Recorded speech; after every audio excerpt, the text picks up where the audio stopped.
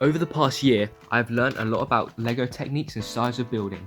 So these are my first tips for anyone starting to build their own custom creations, or if you just want to learn something new. Tip 1. Pick colours that match or suit well. This means that your build will look realistic and professional. By picking random colours for your LEGO house like yellow and red, and then placing them wherever you want, won't look right and will probably look like a mess.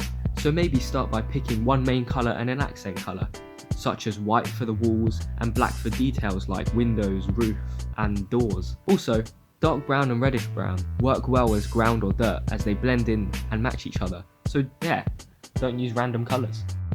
Tip 2. Try different angles instead of boxy looks. Having everything with obvious square edges can be boring and will definitely bring down the quality of your build. So try using slopes of any size. Play around with hinges and other interesting pieces which you think you can get an interesting shape with. This will add a lot of depth to your build and will teach you new techniques as you build along. Tip 3. Add height instead of flat areas. A lot of LEGO builds have large flat areas which can be bare and not interesting. This is an issue for all size builds. By adding different levels to your terrain to show it's a slope, or even making that building have something on the roof like crates or an air conditioning unit, you will improve the look of your creation by miles. Tip 4. Going too big or too small in size. This carries in from the last tip, so you need to ask yourself, do I have the pieces and ideas to build at this scale? If you don't, reduce the size or adapt the plan slightly so you can still achieve your goal and not have a plain build which would definitely be overlooked. If you do have the pieces, don't be afraid to add on to the build if you feel like you can.